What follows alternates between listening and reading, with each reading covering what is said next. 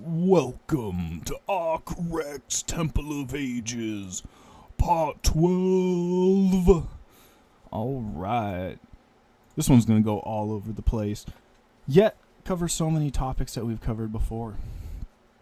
Like I keep saying, it's amazing how they keep kind of repeating in on top of each other, and how when I write all the topics down that I want to talk about as they kind of flow in over the days in between the presentations, it's kind of amazing how when I go look for pictures and things like that, like this one right here, how there's like whales in the water and all that, because we like talking about whales and their dreams here.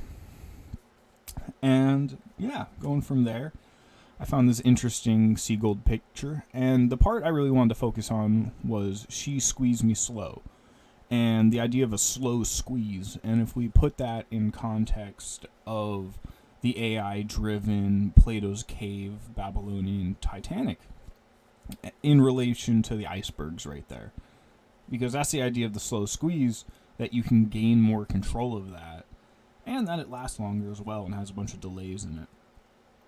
And the reason for this presentation and talking about all this is so that we can make up our mind and start putting together the self-sufficient alternative to this, so you don't have to be directly at ground zero for this. Because I might make a presentation about this later, that the area I'm at right now in a lot of ways I see as kind of the heart of darkness. And maybe not quite ground zero, but close enough that I would like to go a little further away than where I'm at, especially when I want to change my lifestyle and vibration comparatively to what's around me, because I don't really fit in very much around my surroundings and the people and just the activities. Like if I go walk around downtown, I just don't feel like there's that many places that I even want to be there. And it just seems like so much unnecessary suffering and waste and all that. And yeah, that we can learn from all parts of that and make our own better moral answer to that. And on top of that, just all the delays lately have just been kind of blowing my mind lately. This presentation itself was delayed, and I started recording this earlier and I just wasn't feeling the vibe, so I stopped doing it after about 15 minutes or so. And I just found that very interesting, because I don't do that very much. I usually kind of try to get them all done in one go, so it doesn't take too much time. And so far, I haven't really fiddled around much with the video editing. I kind of just make it and put it out there, because so far, for the most part, it hasn't been that much of a problem. And things move on pretty fast. And it's kind of funny, I'm getting kind of in the point of a flow state, so that when it seems like there's a big pause and I have a blank moment, when I'm watching the presentation, it's like, oh, that was only like half a second or a second, yet it just felt way longer than that to me while I was doing it. And how that just correlates to our entire life, and just all the weird delays. I had a lot of them today as well, especially the last few days, and I'm trying to get more mentally around the idea so that I kind of account for it in my planning, because I keep getting to this point where I'm like, oh, it was delayed again. I was kind of relying on that. And part of me is like, why do you keep relying upon all these events that you know are probably going to be delayed in some way or fashion? And how that can even be a good thing. Moving on. And I kind of wanted to take a brief intro here to talk about the fishy smell. The elephant in the room. Or, I always like thinking about Harry Potter, the idea of Voldemort that no one wants to talk about, the Dark Lord, or the negativity, yet as time goes on and the chaos increases, the smell becomes more apparent, especially if we're talking about ships and like the Titanic and all that. Fish are very related to that idea. And how I have a lot of background in my life with fish and going fishing and being around that fishy smell, and just how quickly it can get really gnarly. And we were talking about this meme earlier, that you can smell the fishiness, but you can't directly point your finger at it. You don't quite have all the pieces of information you need, yet you have enough to be suspicious and to kind of look further into the information. And it's kind of crazy how that keeps reverberating in my life. And I kind of wanted to briefly talk about the Rat King, because this is a unnatural phenomena in nature for the most part. It only really happens in urban environments and places that aren't really naturally occurring for rats. And their tails will get caught up and they'll kind of die all together in like this big ball. And I was watching a movie where one of these gets caught up in the ceiling where the light was, so you could kind of smell it. And I kind of just related that to artificial environments in general, that we have so much of this artificial things in our life, yet when our natural nature comes up with those, it can create very weird things sometimes. And just how these things can come up in unnatural environments.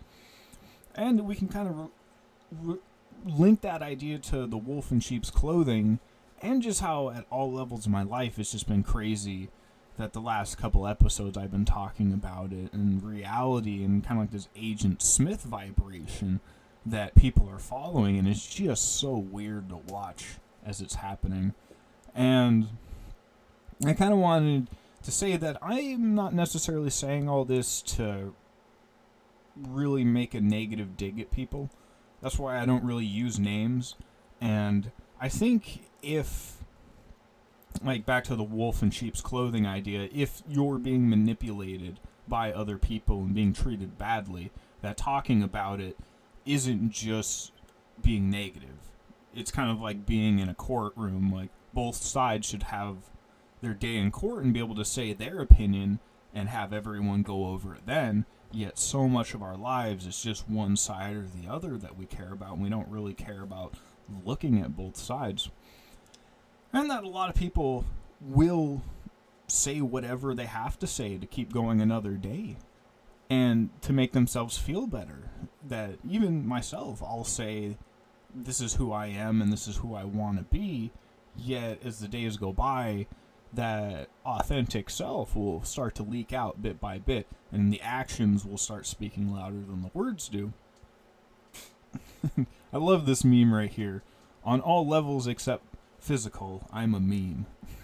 And that this phenomenon is going on at all levels of my life, from the people around me physically to anything I've been looking at on my phone, from the broader internet to YouTube, and just people I'm texting and messaging, and even just random people out in the world. It's just amazing how lately there's this weird vibrational shift, and you can really start to see what people have been hiding underneath, as, in my opinion anyway, the unveiling keeps moving step by step.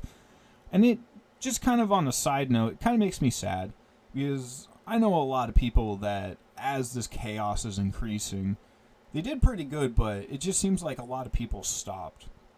And it just becomes this weird feeling that you see these people that could do so much good in the world, yet it just kind of feels like a doctor that just wants to hand you a textbook and not go any further past that. And it's like, hey, you have all this experience that you could really cut down into an individual case-by-case basis and spread your wisdom pretty easily, actually. And it just kind of shocks me how many people that are much older than me aren't really taking up that mantle right now when it seems like we need it the most. Because I still haven't made the full video yet, but in the last video I was talking about the Modern Monk Monastery, and the main idea of that was to build up younger people, or people of any age, honestly, but to kind of get those values back and just get practice with it, because day-to-day modern life in an urban environment, you're not around any of that natural stuff that you've only gotten bits and pieces and tastes of. And it just kind of blows my mind that there's all these people with all these resources, and it just seems like people are just shutting down more and more, which I can understand. Yet I just kind of wanted to say the flip side of that as well.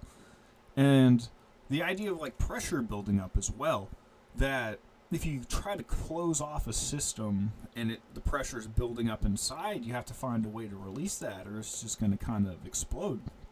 And I kind of wanted to say that in my own context. I just kind of find it really funny that every time I make a video, at least for like, I would say at least the last 5 or 6 videos, I'm at 131 subscribers. I'll post a video and then it'll go down to 130. And then a few days will go by, then I'll get another one. And then I'll probably post this video and then it'll go down to 130 again. And it's just kind of funny to me. I think it's teaching me, because I didn't fully care about the views, yet I just find it so interesting that it just seems artificial in that way. And that if I am being kept in a box, that eventually I won't be one day. That all that pressure will just help me go into whatever this is supposed to be. And it's hard to see that now and where that'll go, yet I keep wanting to do this. And that the crickets will become people to help this go along, I hope anyway.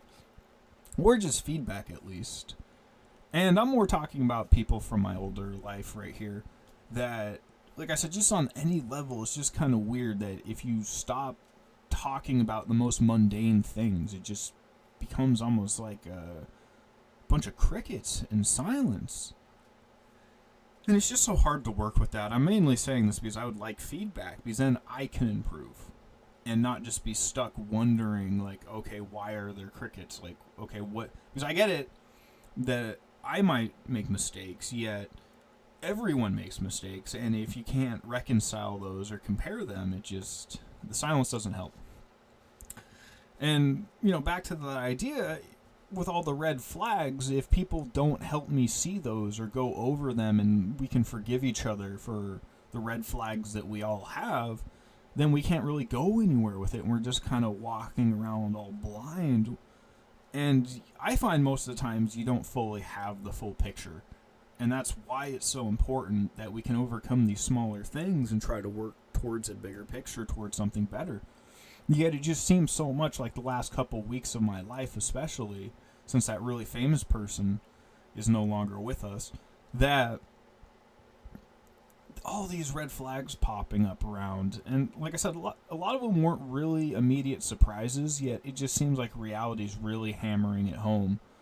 And not necessarily to say people are evil, but just that they aren't who they were saying they are. Or who I was expecting them to be, because we all have fantasies of one another and who we want people to be, and hope that they can live up to their word, yet nothing is perfect. So it's just kind of interesting to see it. And in a lot of these cases, yeah, people like the veneer. And even me, myself, it makes you feel really bad when you can't live up to who you are saying you're supposed to be.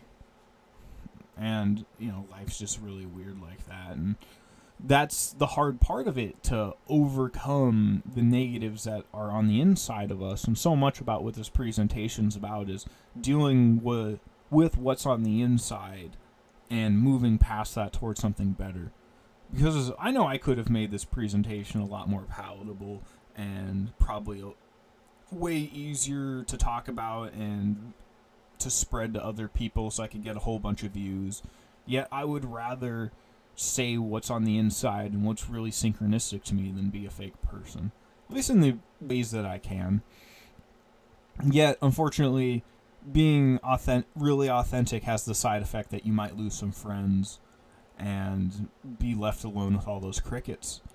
And I can get past that. It's just kind of interesting. And, I just have so much hope for people.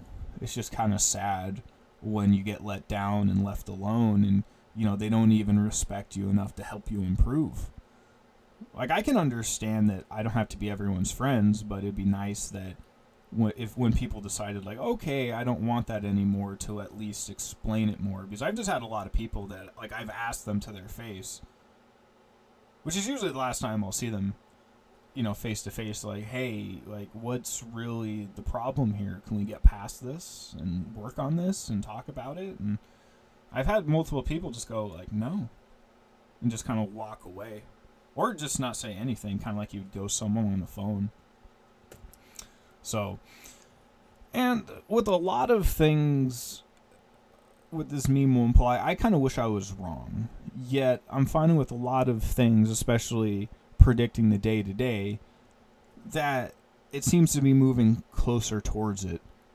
And that's why I want to prepare more and more and create a better standard of living so that no matter what wacky, crazy thing happens, that people have a better alternative and staples and foundation in their life so the chaos doesn't become too much and affect people's mental stability.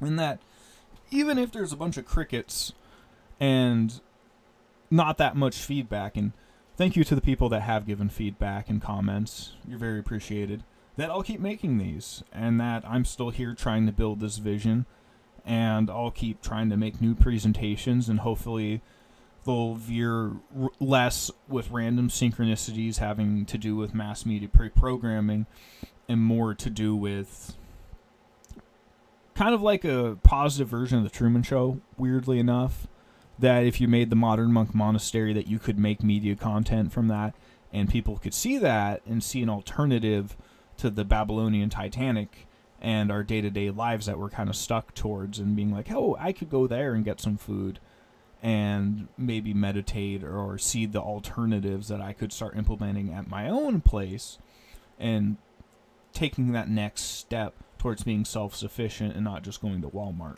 or what have you. And I was kind of saying this earlier that in context, here's the whole enchilada, which is what I named the original part of the presentation. That, to me, that's part of being honest. And I'm not saying I'm right. I just want to at least talk about this and go over this as a theory and see where it goes. And as people digest it, to see what their reactions are and how they see it in their own day-to-day lives, and if they think it's important, we're talking about further. And yeah, that it's a price I'm willing to pay. Which seems weirdly archetypal in the hero's journey, that it seems like with a lot of big moral dreams that you have to go through a period where there really isn't much feedback, and reality has to see like, oh, this guy's just going to keep doing it, so you might as well give him a shot.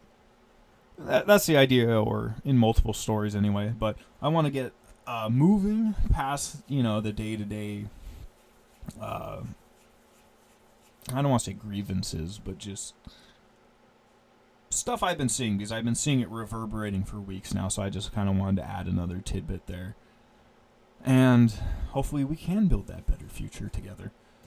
So, moving onwards, I really want to talk about the Zelda series, because there's a lot of synchronicities, and even related to why I named this channel, why I named it, or that it was similar to it. And funnily enough, I didn't actually play this as a kid. It's just kind of the information on the periphery that was so interesting, because it's one of the older games that has the multiverse built into it canonically, so that after the first few games, that it kind of starts breaking off into their own timelines, and all the links are different. So one might be smarter, one's stronger, one's faster, one's younger, one's older. There's a whole bunch of different things, but yet they're all canonical, and they're all kind of connected through space and time, kind of like different channels on a TV. And it's related a lot to Excalibur, yet they call it the Master Sword in this series. Yet you basically have to find this and power it up, no matter what story you're in, to fight the ultimate evil, no matter what version of him is trying to do it. That even though he might look a little different in another story or timeline, that the core elements themselves, the core archetypes, are very similar and pretty much the same universe to universe, or link to link. It's interesting that the main character is called Link, yet the series is called Zelda, which would be basically like the Divine Care, or calling it Mithra. So Link has to save Zelda or the Divine Care, and he's the link between all these different dimensions and the archetypal hero that goes from a nobody to a somebody.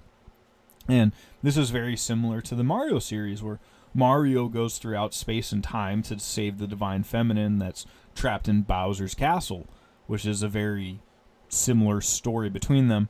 And I kind of want to go back to the Mario thing, because I've been going over this in multiple episodes, that it's kind of weird how the Mario series has been showing the corrupted Divine Feminine lately, and especially with Princess Peach. or the Horror Babylon, if you will, and that lately they combined the divine feminine with the ultimate evil to create a fan fiction. And this is a reaction of the Nintendo company looking at this fan fiction, but this is a meme about it that I really like. And like I said, I was relating this back to Paper Mario and using your imagination to create these egregores that can come to life, and how that can go negatively and spiral out of control really fast. And how this is kind of reverberating back into our own life, that our own society is creating its own egregores and we're giving attention to it. And people themselves are dressing up and further giving attention to this and emulating it and bringing life to fiction. And the idea of the Horror Babylon, once again, because that version of the character was evil. Yet this idea that there's a bunch of different versions of this, and this crown can basically shapeshift one being into another, and that idea of magic coming to life. And it's just kind of funny that the entire Mario universe is based upon fungi, or mushrooms. And that I've been talking about over and over, that those are related to seeing through time and space and the multiverse, and this atomic generative energy that can change space and time as well, which Mario can do with star power. And I found this meme right here, that this ability of unfiltered imagination coming to life cause chaos and damage to the world. Because if you look at our mainstream society, if you imagined if their imagination came to life, or their deepest desires came to life, it probably wouldn't be an ordered, nurturing, amazing thing. As a whole, anyway, in my opinion. And kind of back to Mario, I found this one of a blue plasma portal leading between the dimensions in space and time, so he can go save the princess or the divine care.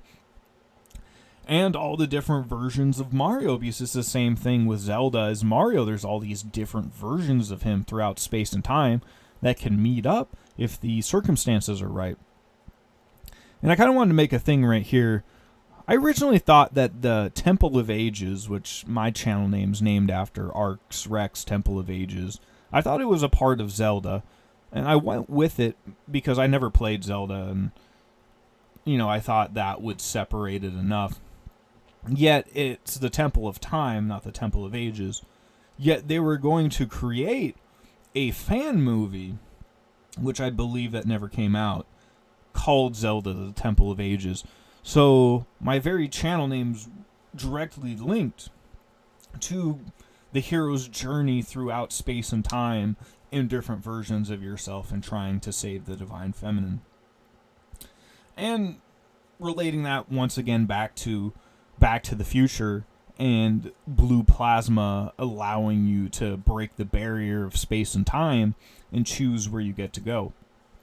And this is the main villain of Zelda, and every iteration he looks different, but once again he kind of has the same archetypal traits that keep repeating over and over and over, like he steals the princess. And how I was talking about this in the Invincible show, which kind of represents that undying generative care that just keeps returning into space and time, that he had all these negative versions of himself that teamed up to try to take over his reality. And this was in the Deadpool series as well, and he's known as the fourth wall breaking funny guy or less serious superhero that also saves space and time, but there was a point in the movie where he had all these different versions of himself that he kind of had to go up against because they had their own agenda compared to him. And that just kind of goes even further because Deadpool was in the mind of Loki, or Loki's multiverse, which he is also inside his own head. And all the different branches and timelines that you can have in the multiverse and how they kind of all coalesce. And it's just kind of the question of where do you want the observer effect to be? Where do you want to go? Where is your vibration going in this giant multiverse? And the idea that right now we're kind of in a static controlled timeline, yet if we keep adding chaos, that one day it might turn into the multiverse, or someone might be able to change the story of the mind of God that we're in right now, or the dream or simulation or storybook that, or song that we might be in right now. And how the Loki universe was related to rewriting this, and the less serious trickster god becoming the god of creation and storytelling. And how he's also on the golden throne, and how we'll be going back to this until the end of the presentation. And how instead of a circle, his multiverse is represented by the tree of life, because they're all kind of branching in on each other, and you can connect to each other. And how, like Attack on Titan, it's related to the desert world as well. And being in the mind of God and all these different possibilities instead of just one. And how you can think about it like with Dune and mushrooms, that the chosen one can see through space and time and all these different multiverses to pick the best one for the whole of humanity and all of his friends and family and random innocent people he doesn't know.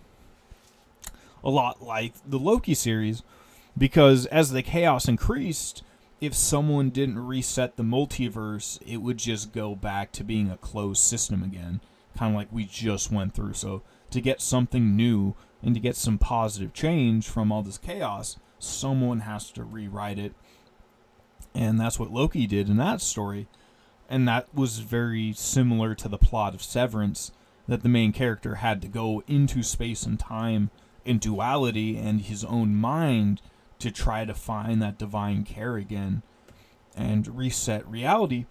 And I wanted to really compare that to being John Malkovich, a movie that actually inspired Severance a lot and really goes into this idea of being in the mind of God, and more, being able to change it. And I found all these parallels between them.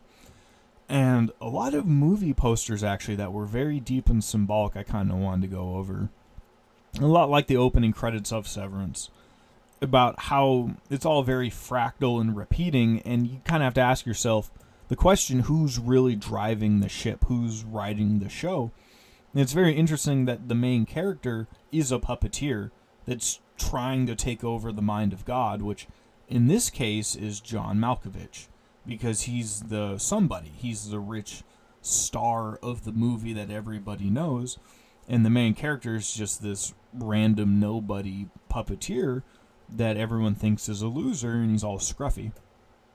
Yet one day, in an office building a lot like Severance, he finds this half floor and a door that leads into John Malkovich's brain and allows you to control him. So at first he kind of sells it out, yet by the end of the movie, he starts just taking over his life. And I kind of wanted to go back to the idea of Jesus and living an archetype out, and how that becomes real life, that these thoughts become our actions, but how we also try to act like somebody else and bring that to life, yet there's also an inverse of that as well. And how he basically turns this somebody into him and takes over his mind like a puppeteer. And I kind of wanted to relate this to a movie called Get Out by Jordan Peele, that they basically literally figure out how to do brain transfers perfectly. So you can take one guy's brain and put it into another person's brain. So you can basically take over somebody's body and have it completely obey you like your old body, which is kind of back to the idea of John Malkovich or Severance, because the evil people were trying to find basically the perfect Manchurian candidate or alter so that they could have their ancient boss, kind of like the Eye of Sauron, inhabit this new body that they figured out. Which goes back to a lot of this. And that he's made a lot of interesting movies lately. One's about aliens that abduct people, and it looks like their ships are clouds in the sky, And another one is that there's all these underground facilities that are cloning people, and all the clones start coming up and trying to take over people's lives and being the real one. And, that just ties into so much what we were just talking about. And we'll really go back into the underground bunker thing in a little bit and how that relates to everything. And might be a prominent feature in our reality. So this is a very interesting kind of tangent that I've been wanting to talk about for a long time. This is a music video called Ghost by a band called Delta Heavy. And it's just kind of crazy how many topics that this song will go over. So the movie starts with a guy on a computer. So it's a lot like being in the mind of God or the observer effect, kind of shaping reality. And they focus in on the paperclip. And if you're a bit older, you remember this back on Windows XP and older, that this little paperclip would pop up and try to help you with things. And I found this meme from Family Guy that Stewie's trying to take over the world, but he's saying he's getting annoyed by this paperclip because it never really helped you out that much. It just kind of popped up. And most of the time he's had to try to get rid of it because it wasn't helping you out at all and just being distracting. So it fast forwards 20 years into the modern day and how no one really cares about the paperclip anymore. And this opening shot has it basically in the mind of God. Or you can see the movie film behind it, like a film or a song even. So he's in this story, and the noose around his neck is duality. So the paperclip's in duality, he's a nobody, and he's not having a lot of fun. And he's kind of in this like red desert world where all these old egregore thought ideas are, that they didn't really die, that they're actually real somewhere else, and they're kind of just hanging out in the mind of God. Just kind of forgotten about. And it's just so interesting that he just walks up to Nelson Mandela, of all people, and you know how that's related to the Mandela effect. And here's Twitter that it's announcing that there's this new digital assistant that's voice activated, and you can kind of relate this to AI as well, and kind of automating everything. And the paperclip looks at all these books and knowledge, and underneath it he finds this portal back into the internet. So through studying, he finds all this information that allows him to go into the multiverse. That brings us back to the Truman Show. Because, what is this presentation about? The idea of looking beyond the basic layer of reality about what's actually going on and the underlying mechanisms. So he goes in, this is an old screensaver from Windows XP called Pipes. Yet, this is how he starts going through the multiverses, going through a pipe. And that's how Mario goes throughout the multiverse, and his story is through these green pipes. So he ends up at Twitter with all the birds. Here's a bunch of cats. He finds all the memes on the internet as well, which is one of my favorite parts. He finds all the adult content, which, fries his brain. And this giant finger finds him and puts him in the trash. And down here's Ass Jeeves. And also this black dog with a blue collar. I'm not sure what that is exactly, but it relates serious back to all of this. But if you know what the actual logo of what that was, let me know, because I didn't really find anything with that.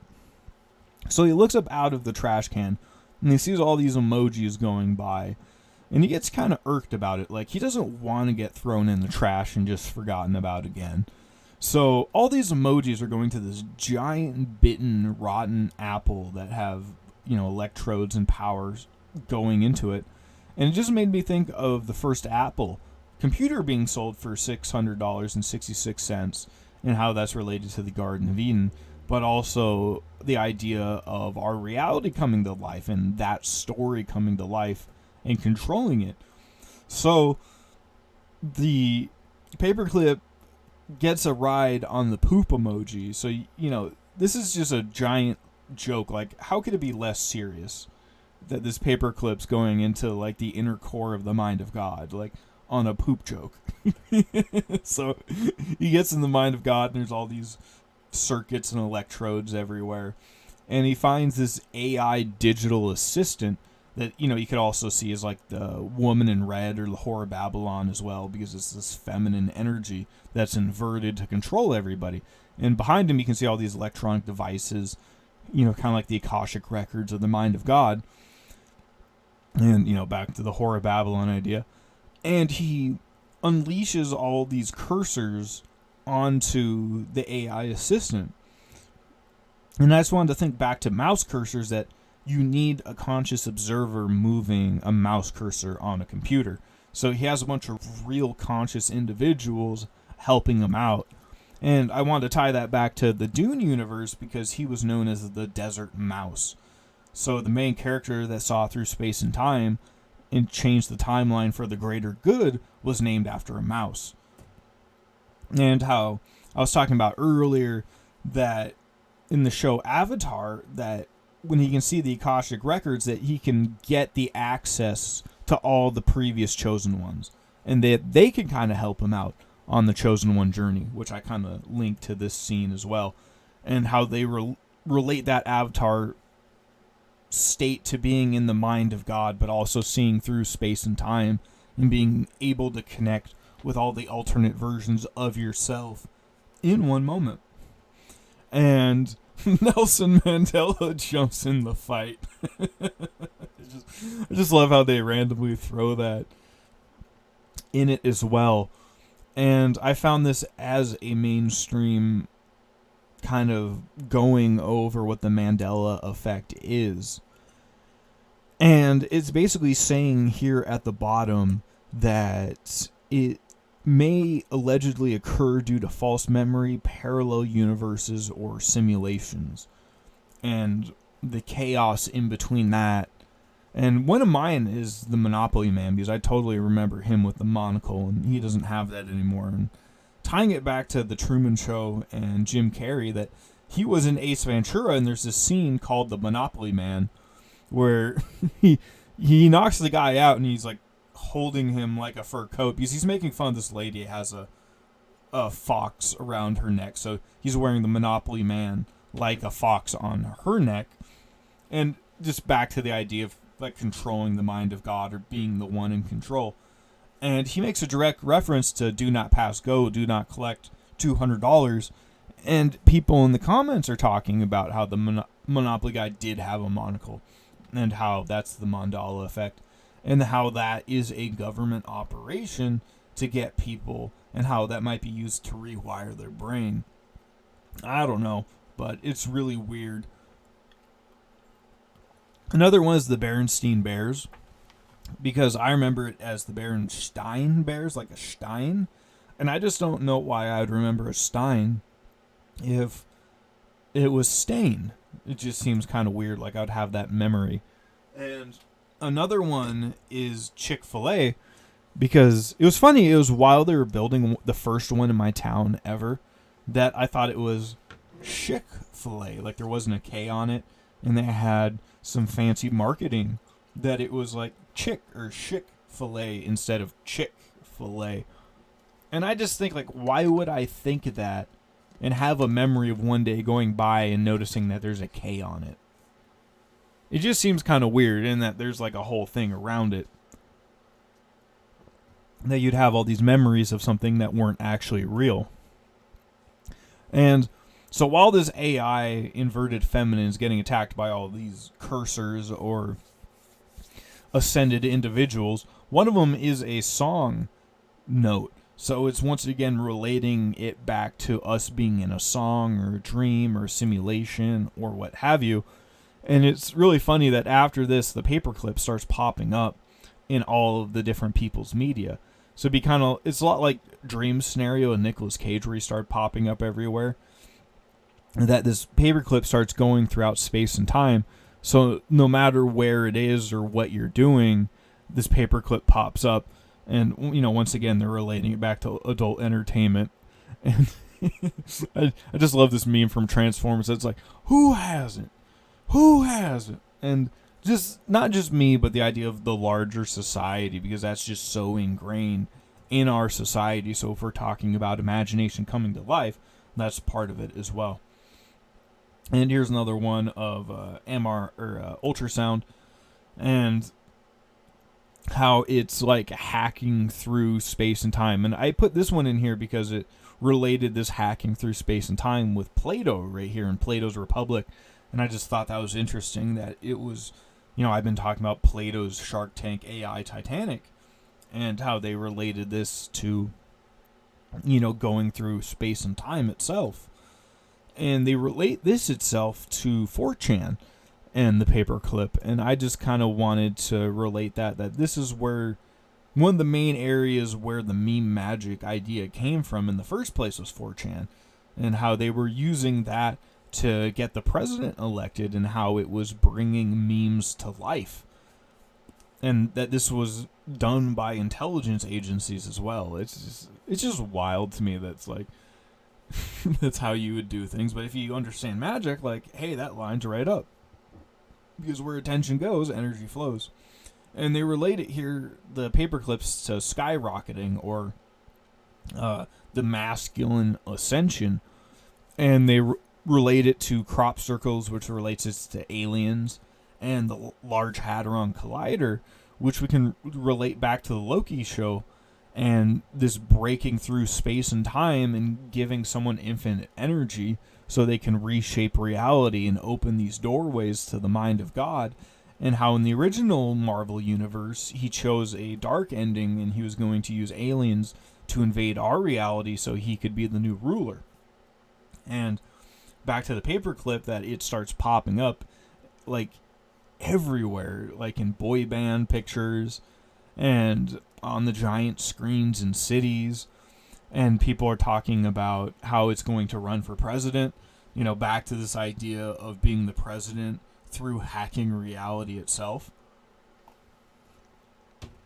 and connecting it to like top secret files as well, the secrets of reality, and to religion and the Pope.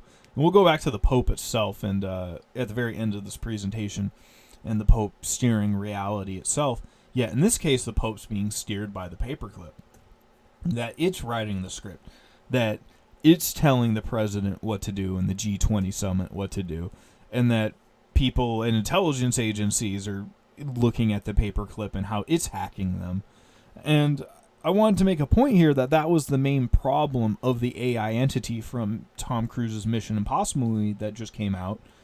That the problem was that the AI was taking over everything, including their nukes, or the generative force of their society, and how they wouldn't have control of their society anymore. And that was the main problem of the AI, and how it relates back to the paperclip, and how its consciousness is ascending, so it's gaining control over reality like Jesus or Neo from the Matrix, and how they put this rocket right at the paperclip's third eye, and how this frustration of it being stuck in a false system and having its reality messed with leads it to opening its third eye and changing reality into his image. And I just wanted to get back to how he has this frustrated eyeball look, and that this will be one of the final things I talk about in a few videos I make, and it's my channel logo. And I saw this a few days as kind of like a little thumbnail on YouTube, and how that's the main character in that story punching the person that put him in a false matrix. So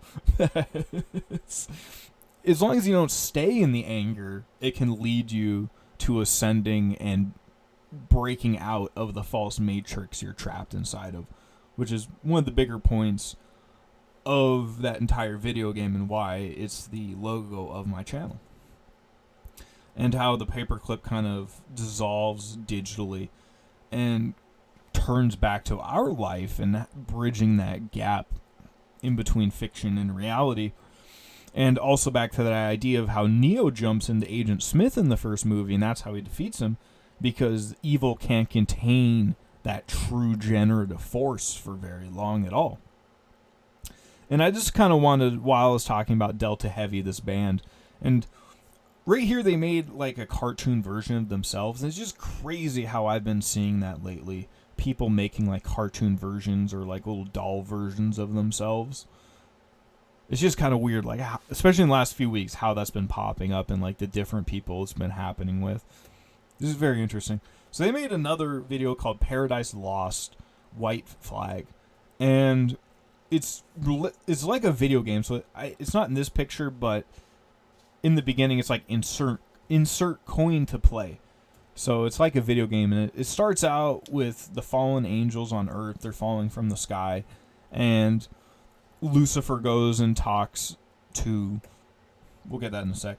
But I just wanted to relate right here basically the lava or the orange red sea back to Evangelion, which we were talking about in the last presentation, and how at the end of that movie, their entire ocean turns orange, and it represents the collective consciousness of everybody, and how in the symbolism of this picture, that they're in the mind of God.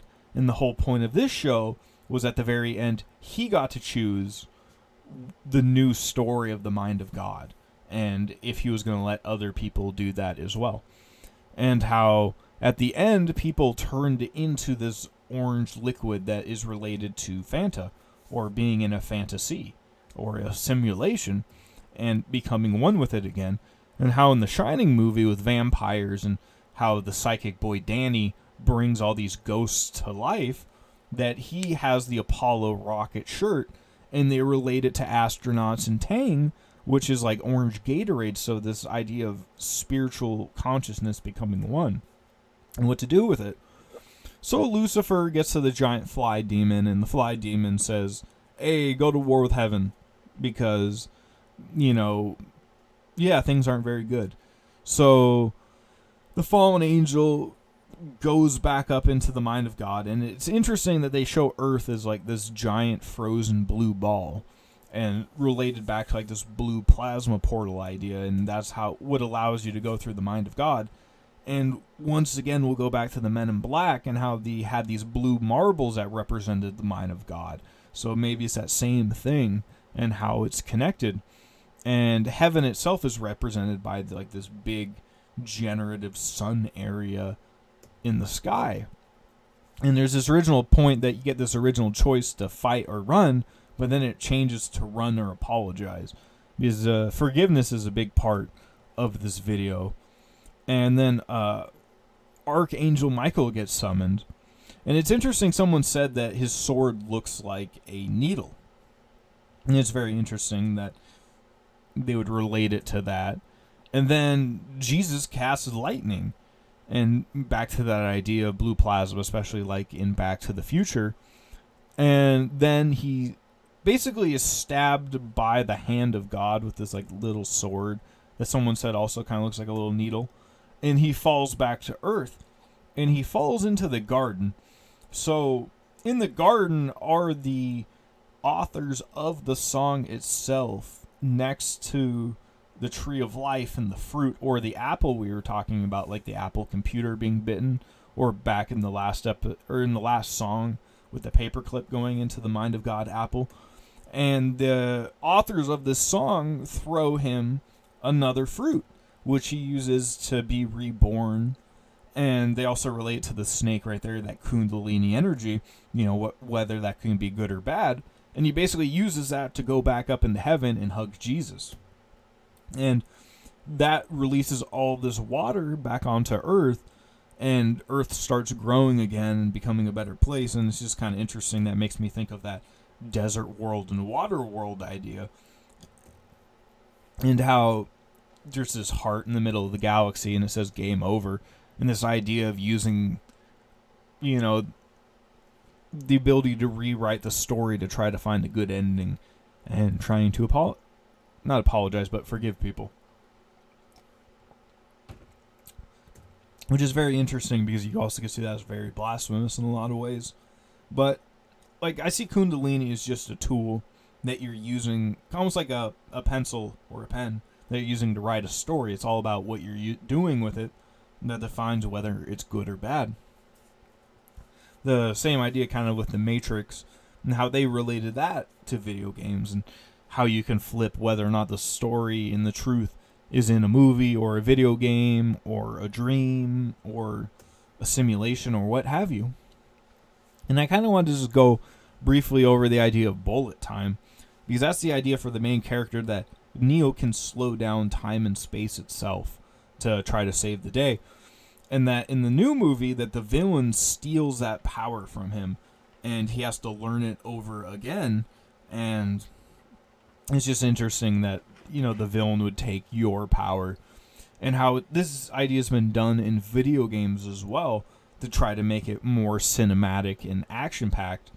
And it just always makes me think of this very synchronistic video game I used to play called Mass Effect. I've been wanting to talk about for a long time, because the class I would always play in it was called a soldier, and his main power was that he could slow down time with adrenaline, so that, a lot like the bullet time idea or Neo from the Matrix.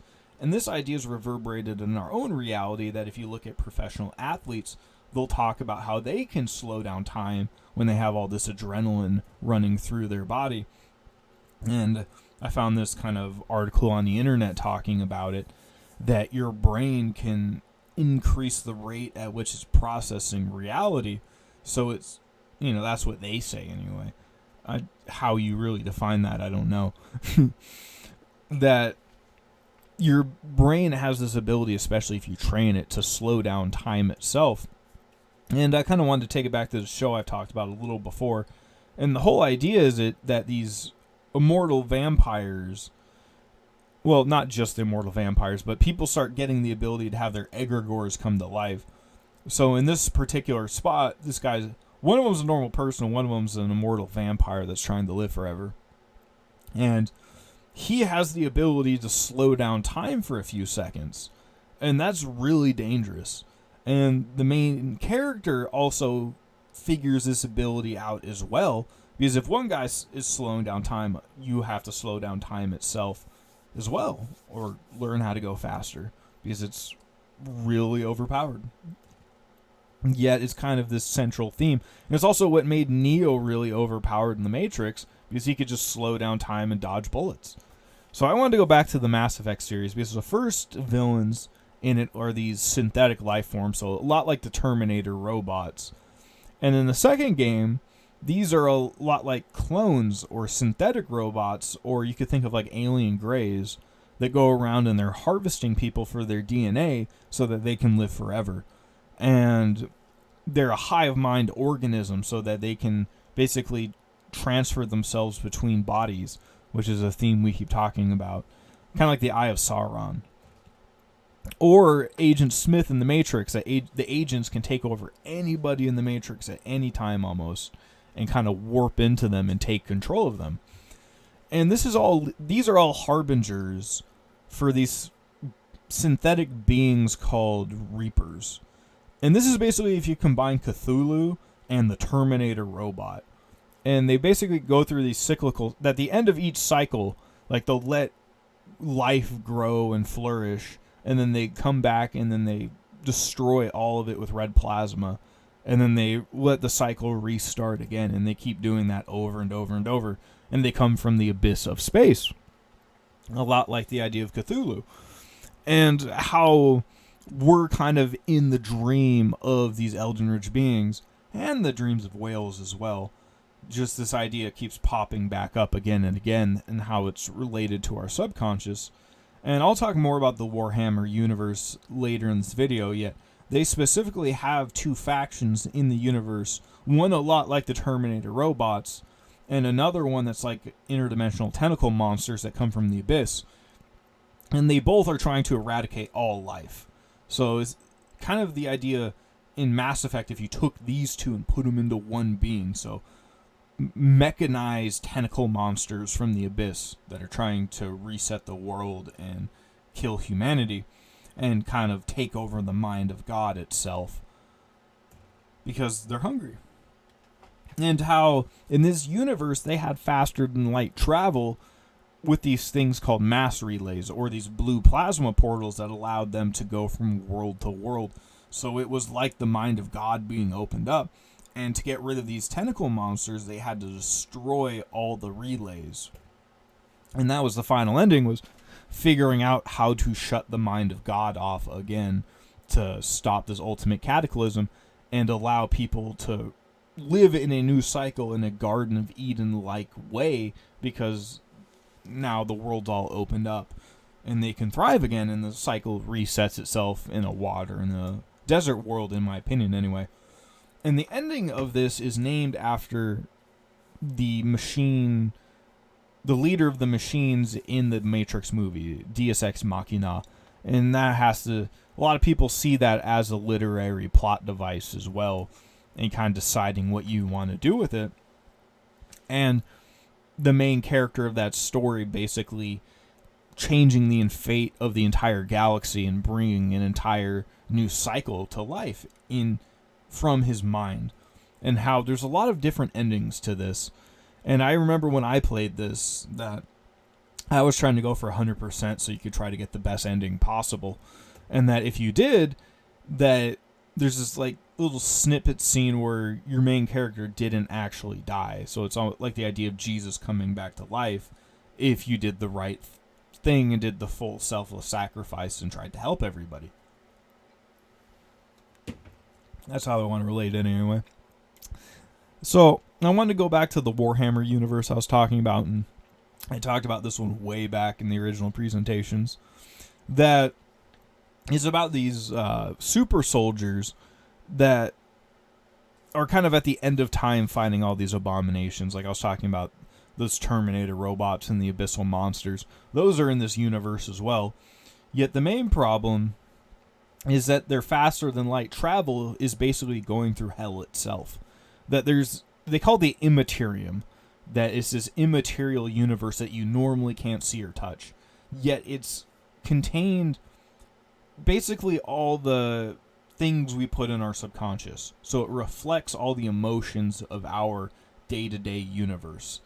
And the problem is that these chaos gods have purposefully manufactured reality so there's way more torment and pain than there'd usually be. So there's all this war to feed them at the end of time, that in this artificial way, yet these gods go throughout space and time. So they're back in the medieval days, they're in the far future, and they're seeing it all at the same time. Like they're seeing through space and time at the same time because they're not in the physical universe, they're somewhere else. They're basically thought egregores come to life, yet under the right conditions, they can start manifesting in our reality and taking over real people to open up these doorways in between dimensions. And the one that did in their reality is called Abaddon. And that's related to the bottomless pit in the Bible and the 8-pointed star, which is related back to CERN and opening up the doorways. And like I was saying, in this universe, there's been this basically artificial war for 10,000 years. That basically the guy on the right there is basically a whole bunch of shamans came together in a ritual and combined to make an ultimate being. And that ultimate being basically wanted to take over the entire mind of God or universe with his super soldiers as fast as possible. And it didn't really work out. And when I'm going... Sorry, there's a lot here. I'm trying to get it all kind of lumped in together. So basically, he was trying to take over the universe, and he was trying to ignore the evil thought egregores. And basically what happened was the evil thought egregores ended up taking over half his army. And there's this big climactic battle, and he was stuck on this golden throne to keep him alive. And that golden throne is basically what's keeping the stability of their timeline. That's like the circle model in Loki right there, where they're keeping it that reality's resetting back to that timeline. That it's like their anchor in time and space, and that's what the golden throne does and what he's attached to, and what's also giving him basically immortal life through human sacrifice, like the ancient gods of the Aztecs or the Aztec pyramids that we've talked about before, and how this is lighting up the mind of God itself and drawing in all these things that are trying to take it over and evil itself. And how even in the Lord lately, that basically he's going to be reborn. And he might come back to life. and how they even have this like built in that they need to keep him on the throne to keep their reality stable and keep it from resetting. Yet the thing is that he's becoming his own egregore, which is the problem. He was trying to tell everyone he wasn't a god, but him trying to take over the galaxy and looking like a giant 20-foot tall god and making super soldiers and technology makes everyone kind of relate him to a god. And they've been praying to him for all these times, so the idea is that he himself might be reborn as a thought egregore in the immaterium itself. So he'll become like a new god and be reborn, but that would reset reality itself. So the idea is that they could potentially stop that and just put him back on the throne. This would be a lot like the Loki show, because Loki resets reality and changes the story of reality, but if he doesn't, it just goes back to the old story. And that's kind of the exact same thing that's playing out in the sci-fi universe that I've been watching since I'm a kid. And how Loki himself changes time and space on the Golden Throne and changes the very neurons of the mind of God itself with these green plasma bolts that he has coming out of his hands. And how when that all lights up, it powers all the different threads of reality and how they start kind of forming in on one each other and causing a bunch of chaos. Woo-wee. All right. So I really wanted to talk about this tangent right here, and honestly, I wouldn't have included this part right here if I hadn't have been delayed. So it's kind of interesting to see how the delays kind of flesh themselves out and add in onto it, because this was kind of synchronistic in a way I wasn't expecting, yet it ties back so much to what I've been talking to. And what I really want to talk about is how with Loki and how we were talking about reality creation now, that's the Marvel side of it. And we've talked about the DC side before, but that's really what we're going to be focusing on this time. As I talked about before, especially with the Flash, that he can reset realities and the timelines and the story of them. And that's the plot of entire movies that have come out the last decade, and how he, comes into contact with different multiversal versions of himself that can also reset the timelines. And how this is also related to magic as well, and how that can be used to reset timelines.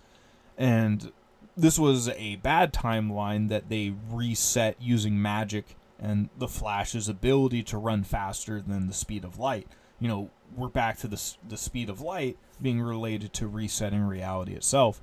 And when he resets reality, he creates all these new worlds, and he creates this new movie series called Crisis on Infinite Earths, where there's all these different multiversal versions of Earth. So there's a bunch of Supermans, there's a bunch of Wonder Womans. The problem is their worlds are being blown up by this giant blue plasma wave. And they build these giant radio towers of good vibrations that save their worlds. It's just interesting how the blue plasma keeps coming back to that. Yet these dark shadow beasts, like these demons, start materializing into their reality, and they're represented by this red plasma.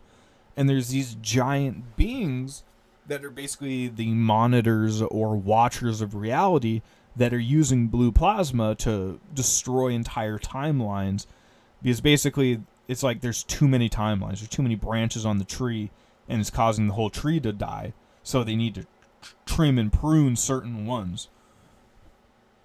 And they find out they have to go back to the prime version of themselves instead of all these different multiversal tangents. So the Tree of Life does have to go back to the circle model of reality, because the multiverse, both models fall to chaos.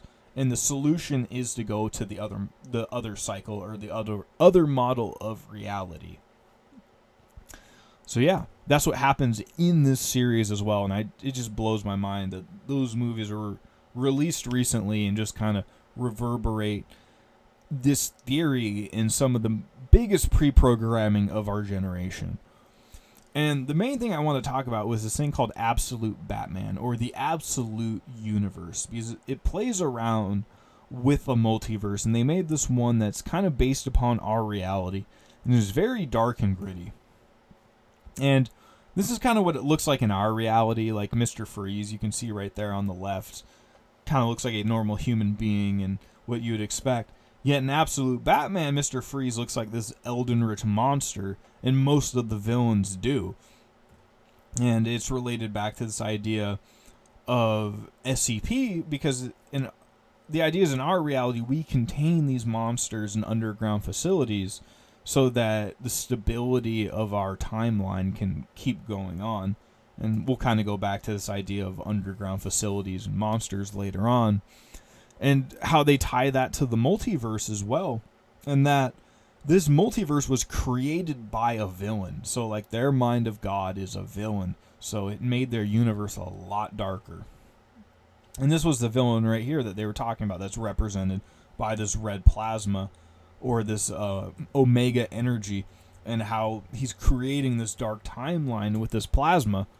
And that one of the monsters they have in one of these comic books, it's trying to eat people up to live forever in its stomach in agony. So once again, back to this idea of this vampiric entity that's trying to trap real beings and keep them artificially alive, a lot like Neo in the Matrix, to power its own system. And it's just kind of interesting how that reverberates in that reality. And recently there's this meme that popped up that I wanted to include, because it's the absolute version of Joker. So in our world, it was played by a normal actor, and it's related to Sirius, because he says, "Why so serious?" Yet in this version, he's like this abomination, and there's been these memes coming out because the comic issue hasn't been released, so they just released the concept art for Joker, and everyone's just like, "Oh, what's Batman gonna do?" Like, this version of Batman isn't rich. Like, almost every absolute version of superheroes don't have the money or the nicer version of their childhood. So they don't have a lot going on beyond, like, just being a normal person most of the time. You know, besides, like, Superman and Wonder Woman. So, like, Batman doesn't have all this super fancy gadgets to help him. And the point is that with this meme, that he's just getting his butt kicked over and over. Yet, I kind of want to go back to this idea of why the villain right here, if you could imagine, like, why does Joker look like a monster? And it turns out in this series that almost all the villains look like Elden-rich monsters. And this happened because they're doing all this genetic experimentation in these underground labs underneath the cities themselves. And they show this happening here, that some of the scientists get eaten by this souped-up version of Killer Croc in their universe. And how in previous presentations I was talking about they cloned Tyrone, that they were creating clones in these underground facilities to run experiments on, a lot like that Jordan Peele movie Us that I had earlier in this presentation, and how that relates back to Jurassic Park, and how they were creating these artificial beings with genetic tampering, and how that looks almost exactly like Killer Croc. And it's just kind of funny with the memes that Batman's known for not giving up and beating the odds no matter what. And all these people are like, you know what? We understand. Like, this is ridiculous. Like we would get it if Batman just, like, walked away, like, and hung up the cape, because this is stupid. Like normally it's just Joker, and now he's just like this crazy monster on meth from your nightmares. It's just like, but the reason it's happening is because it's entertaining. And this is from the movie The Underdog Story, and, you know, relating it back to Sirius, that's a bold strategy. Let's see if it pays off. And back to this idea that making this ultra dark universe like Warhammer 40k or Absolute Batman, people love it. I love it. The entertainment value is amazing. I like it so much more than the nicer PG versions. Yet, if you're the one that has to live in that reality, ooh-wee. And back to that idea, because that pops up in the Spider-Man universe. Because Spider-Man right here is like, gee, I like saving people and giving them hope. And the writers of his universe are like, I hate you. and I hope you die and suffer, and that's because it's entertaining. Back to that idea, time to make a new comic. It's time to make your life miserable again. Because if you just read a Spider-Man comic where he doesn't fight any villains, and he just lives a normal 9 to 5 day life, and everything's nice, who would read that? It would not be popular, in my opinion. And that same idea right here, that writers always are trying to give the main character more trauma in their lives, and it's interesting that if we apply that to our own reality, and if we're in the mind of God, like what the writers of our own reality are doing, similar. Oh, I don't, I made this slide, but I was thinking of the Truman Show 5 seconds before I turned this slide over, and I wasn't sitting here thinking that this would be the Truman Show slide. So, like I said, I just love how fourth wall breaking this meme is and how it continues to be so, and that's why I put it in these presentations. But it's just, you gotta love the flow.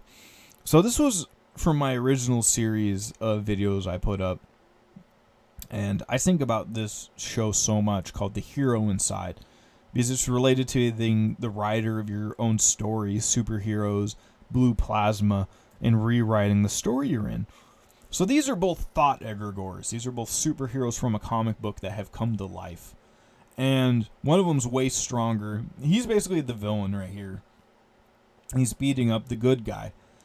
And the people watching it, you can bring this back to the observer effect, and they're saying Mr. Justice can survive any attack and punch better than anyone, and having to do with imagination. And back to the karma idea, that the damage, every hit that Mr. Justice takes, that he can give back to who is giving it. So he doesn't die, and he has karma on his side. And this is the person bringing Mr. Justice to life, because Mr. Justice is from a comic book right there up in the right corner called Mr. Justice. And you can see where his third eye is, this blue plasma's coming out, where his eyes are lighting up, soul's coming to life. And it brings the comic book to life as well. And it goes to Mr. Justice's third eye. So, like, these parallel universes are connecting through blue plasma. And now Mr. Justice has all this extra power and super ability, and that the writer can rewrite the comic book so that Mr. Justice saves the day and is causing these real world things to happen from imagination themselves. And that the main character's ability is to canonically recreate things, or the storybook, and have the writer's power and rewrite the story itself. And then how Mr. Justice goes back into his comic book. So, like, the mind of God, or this blue plasma, closes down, and they go back to this old cycle again. And that made me think of Star Wars, and how ascended Force Masters can turn into Force ghosts, or these blue plasma ghosts that can see through space and time. And how that's related to the Chosen One, and how Anakin has the blue plasma lightsaber, and how you can choose the light or the dark side, and how that relates once again back to Dune and these blue plasma trees and mushrooms, and doing the great work and trying to make a better story from a cautionary tale. So, ooh-wee. So we'll kind of wrap it up here with Rick and Morty as the last big chunk. And once again, we're talking about generative reality creation, being in the mind of God, and these plasma portals connecting realities, and all the different variations in them and the stories they tell. And how in later series they become very self-aware of the storytelling.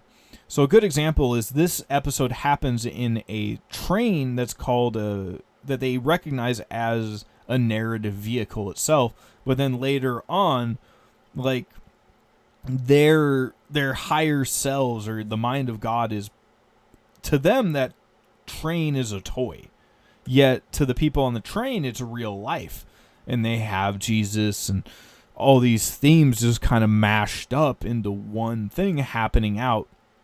And that this main character basically made his own universal timeline called the central finite curve. So he's artificially making these timelines, and he's putting them all together in this specific area so that he has these timelines that he knows he wants to live in.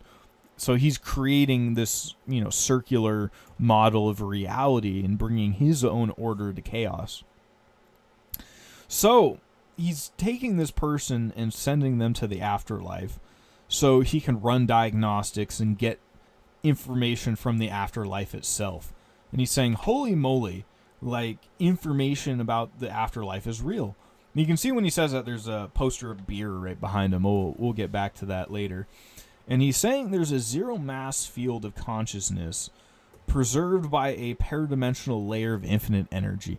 So this blue infinite energy that's connecting everything is bringing afterlife to life. So he's saying heaven is real, and that is especially for his father, because basically if his father thinks he's going to a certain afterlife, he'll go to that certain afterlife. So if you're Chinese, you'll go to the Chinese afterlife. If you're a Viking, you'll go to Valhalla. If you're Christian, you'll go to, you'll pray to Jesus and go that way. That it all goes back to the same spot, but it's all kind of based upon the observer effect. And also you can see in the background that it's the mind of God itself, and also the Kabbalah symbol next to it as well, which is the mind of God. And that his vibration is like a moth to this lantern of infinite energy, and it goes straight towards it, and that this is a giant collective fractal holographic projection or dream. And we could simply call that heaven as well, the good part of it. And that this guy had to die 8 times to do it, and how that this main guy on the left is basically a vampiric demiurgic character. And the kid's like, hey, can't you just stop being a bad person if you want to get into heaven, like, instead of going through all these hoops and like being a vampire? And he's like, no, I want that infinite energy for myself. And that he sees this heaven is boring, and that he has his own idea of what he would make the mind of God. And, one worth robbing or one worth stealing energy from. And it's interesting that in the intro to this show that they have, they're being chased by Cthulhu. And you could kind of see this is, in the mind of God symbolism. And this is in the beginning of every show. So they're relating it directly back to that idea of dreams. So he's in the Arctic, or, by this ice wall, or going to the north. And he says, we figured out infinite energy, and now we don't have to be in energy debt anymore. And back to that idea of him being a vampire. And just that opening up these dimensions is with harnessing infinite energy. And that's back to Dead Space, one of my favorite video games ever, that they find these markers that look like our DNA, and when they research technology and start unlocking infinite energy, it summons all these tentacle monsters that look like moons to eat up all biological life, so they can make even more markers and shoot them off into other timelines, a lot like 2001 Space Odyssey, like bridging the gap between these dimensions, or lighting up the dark so that the vampires know where to go to eat. And this was even in Zelda, that one of the games that the moon is trying to fall on the earth and basically start a cataclysm that will start a new cycle again, and how it's in the realm of memories. And the title says when the moon hits your eye, so it's this, once again relating it back to the observer effect, because the moon itself is being the observer in this case. And in this case, he wants to go to Valhalla, and he's calling himself a Valhalla Naut. And how, that's once again related back to space, rockets, and ascending and all that. So in this show, he has something called the Phoenix Protocol, where if his main body dies, he has all these clones in vats he keeps as backups, so that his consciousness will find its way back to the clone. So he can be in the same timeline over and over and over again. Like, he can't die, but this is the messed up version of not being able to die like Jesus. And the kid's basically saying, like, bro, this is really desensitizing me. Like, all this manipulation of reality. And the demiurgic guy is basically saying that he has this cryptid he trapped in a Pokeball. And he starts talking about an A story and a B story and explaining his plan and his narrative event. And he ends up having Bigfoot beat him up in a ritual so that his soul will go into the afterlife in the Elysian fields. But Bigfoot ends up getting out, of this artificial area and destroying his backup plan. So he's kind of stuck in Valhalla. So he ends up, like, taking over Valhalla and using their tools. It's interesting right here. I didn't notice it originally. He has a little Omega buckle right there, an upside down horseshoe. That was the symbol of Darkseid from the Batman series, Absolute Batman series I was going over.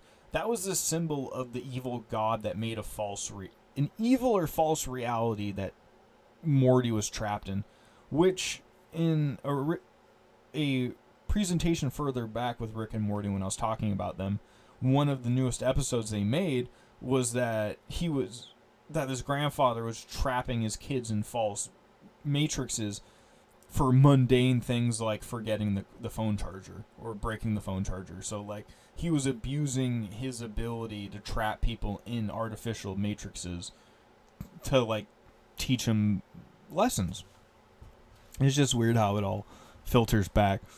And how later on Bigfoot gets captured in this episode and the Men in Black show up. And it's just interesting how we relate the Men in Black to capturing these cryptids and keeping them in underground facilities to keep the order of our realm so that the story doesn't change and that certain people can keep the story going a certain way.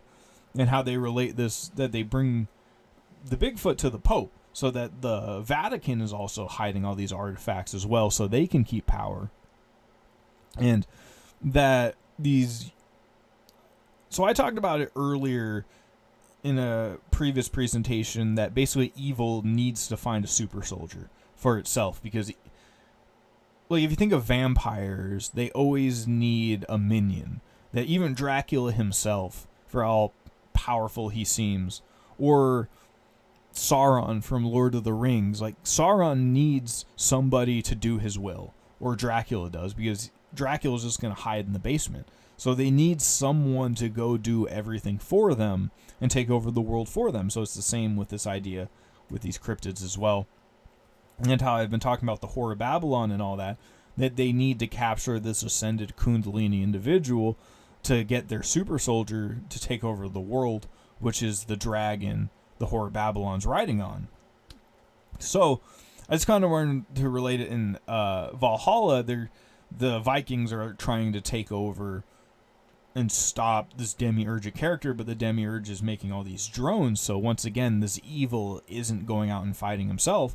He's making all these robots to fight for himself.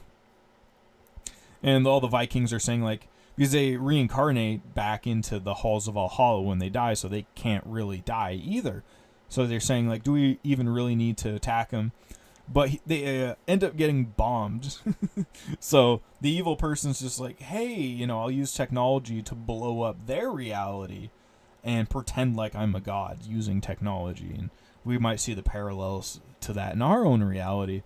And later on in this episode, they have this satanic ritual and how the Vatican sends Bigfoot to stop it. So once again, that this parasitic entity needs a real being to go do its will for it, and how it's related to this evil energy and going between dimensions and all that.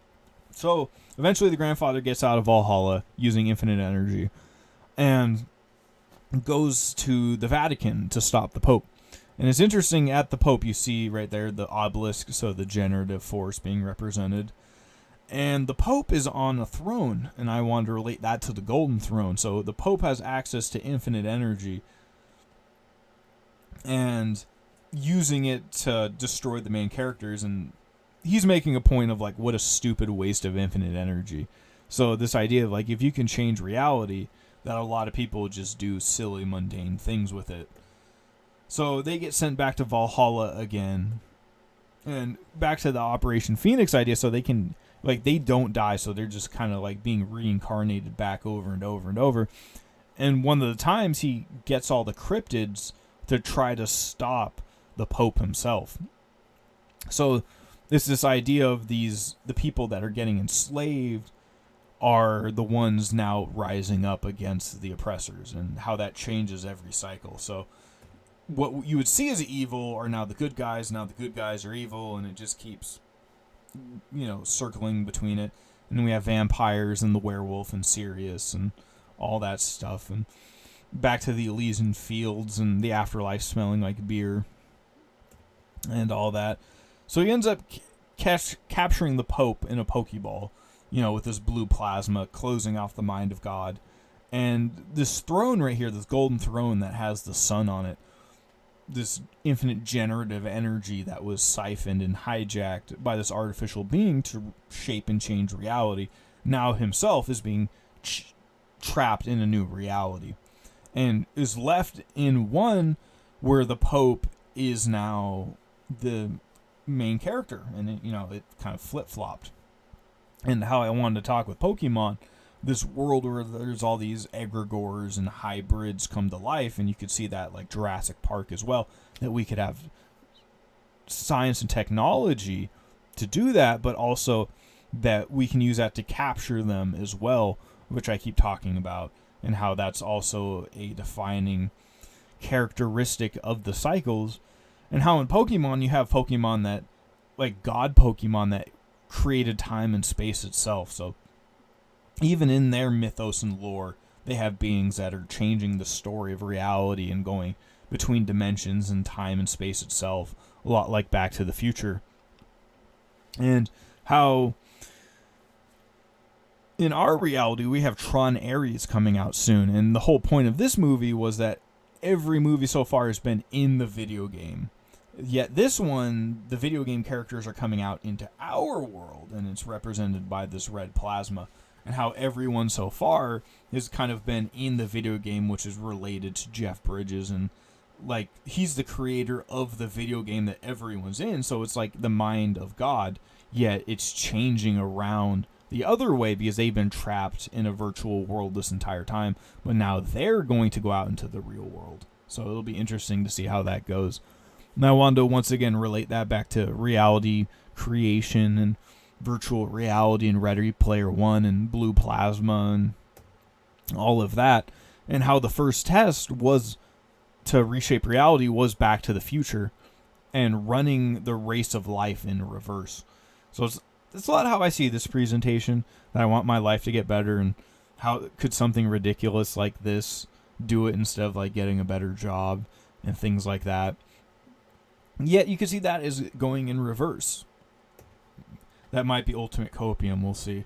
And how the second test was related to The Shining, which is about bringing imagination to life and vampires and all of that.